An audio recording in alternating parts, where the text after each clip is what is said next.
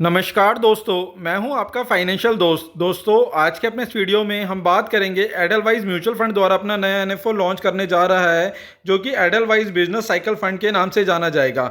दोस्तों, हमारी कोशिश रहती है कि हम आपको सरल शब्दों में फंड की पूरी जानकारी दे सकें।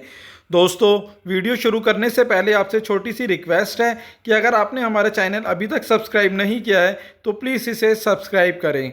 तो दोस्तों, आज का अपना वीडियो शुरू करते हैं। एडलवाइज म्यूचुअल फंड अपना नया एनएफओ लॉन्च करने जा रहा है जो कि एडलवाइज बिजनेस साइकिल फंड के नाम से जाना जाएगा। इस एनएफओ के अंदर आप 9 जुलाई से लेकर 23 जुलाई 2024 के बीच में निवेश कर सकते हैं। वहीं अगर आप इस बीच में निवेश नहीं भी कर पाते तो जब ये दोबारा से रीओपन होगा तो भी आप इसके अंदर निवेश कर सकते हैं। वहीं अब बात करते हैं इसकी स्कीम डिटेल के बारे में। एडलवाइज के इस फंड के अंदर बेसिकली उस कंपनियों और उस सेक्टर के अंदर निवेश किया जाएगा जिसके अंदर करंट में ग्रोथ होने की ज़्यादा संभावना है। जैसा कि हाल फिलहाल के वर्षों में देखा गया है कि कभी भी हर एक सेक्टर एक टाइम पर परफॉर्म नहीं करता। कभी रियल्टी अच्छा करती है तो कभी ऑटो अच्छा करता है, कभी कैपिटल गुड्स अच्छा करती है तो कभी टेलीकॉम सेक्टर अच्छा करता है तो कभी आईटी सेक्टर अच्छा करता है। इस हिसाब से एक समय पर सारे सेक्टर परफॉर्म नहीं करते और हर सेक्टर अलग अलग समय के ऊपर परफॉर्म करते हैं। इसी को देखते हुए, इसी को मद्देनज़र रखते हुए एडलवाइज ने अपना जो ये फंड लॉन्च करा है ये इसी फिलॉसफी को फॉलो करेगा। यानी उसे जिस भी सेक्टर के अंदर करंट सिनेरियो के अंदर उसे ग्रोथ होने की ज़्यादा संभावना लगेगी वह उसके अंदर ही अपना निवेश ज़्यादा करेगा। और इसके अंदर बेसिकली आपका जो निवेश किया जाएगा वह मल्टी कैप कैटेगरी के तरीके से इसके अंदर इन्वेस्टमेंट किया जाएगा। यानी इसके अंदर जो आपका निवेश रहने वाला है वह लार्ज कैप, मिड कैप और स्मॉल कैप तीनों ही कैटेगरी की कंपनियों के अंदर आपका निवेश किया जाएगा। एडलवाइज इस फंड के अंदर इन्वेस्टमेंट करने के लिए इस फिलॉसफी को फॉलो करने वाला है। यहाँ पर वह देखेगा कि किस फंड के अंदर उन्हें अच्छी क्वालिटी नज़र आ रही है और ग्रोथ होने की ज़्यादा संभावना है, वहीं उसकी वैल्यू हाई है या लो पर है, और इस मोमेंटम को भी फॉलो करने वाला है।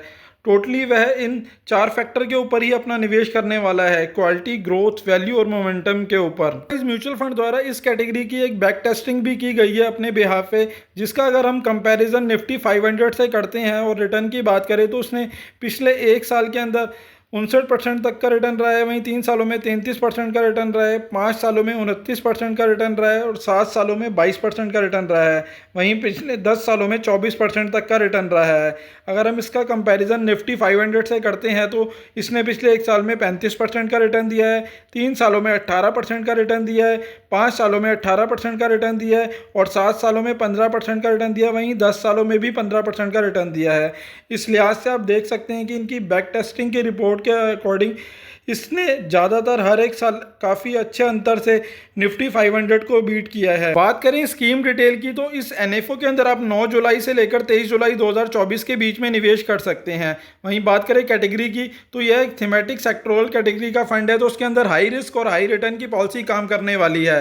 वहीं बात करें फंड मैनेजर की तो यह 3 फंड मैनेजर के द्वारा फंड मैनेज होने वाला है। पहले हैं मिस्टर भावेश जैन, दूसरे हैं मिस्टर भारत, तीसरे हैं मिस्टर अमित वोरा के द्वारा फंड मैनेज किया जाना है। वहीं इसके बेंचमार्क की बात करें तो उसका benchmark Nifty 500 total return index का रहने वाला है। वहीं यह एक ओपन एंडेड इक्विटी फंड है, तो उसके अंदर आप कभी भी इन्वेस्टमेंट कर सकते हैं और कभी भी विड्रॉ कर सकते हैं।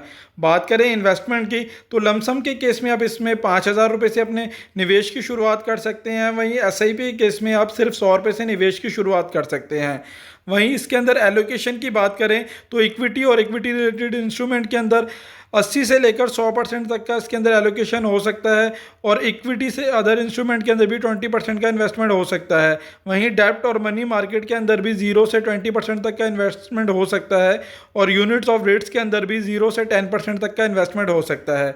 वहीं बात करें इस फंड के अंदर टैक्सेशन की तो क्योंकि यह इक्विटी कैटेगरी का फंड है तो उसके ऊपर टैक्सेशन भी इक्विटी वाला रहने वाला है।